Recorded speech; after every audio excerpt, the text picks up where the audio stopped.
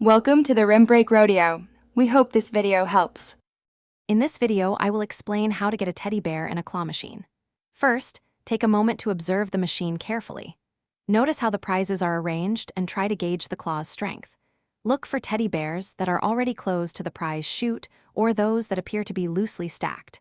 It's often best to avoid machines where the prizes are packed too tightly or the claw seems visibly weak. A little observation can save you money and frustration. Once you've chosen your target, precise claw placement is crucial.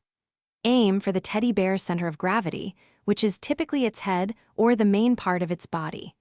You want the claw to encompass as much of the prize surface area as possible for a secure grip.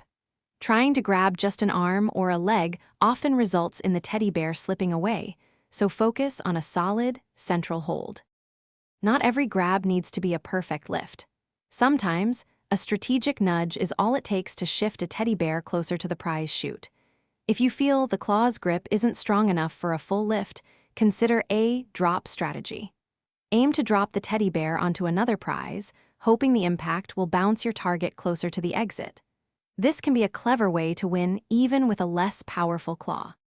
Finally, remember that patience and practice are key to becoming a claw machine pro.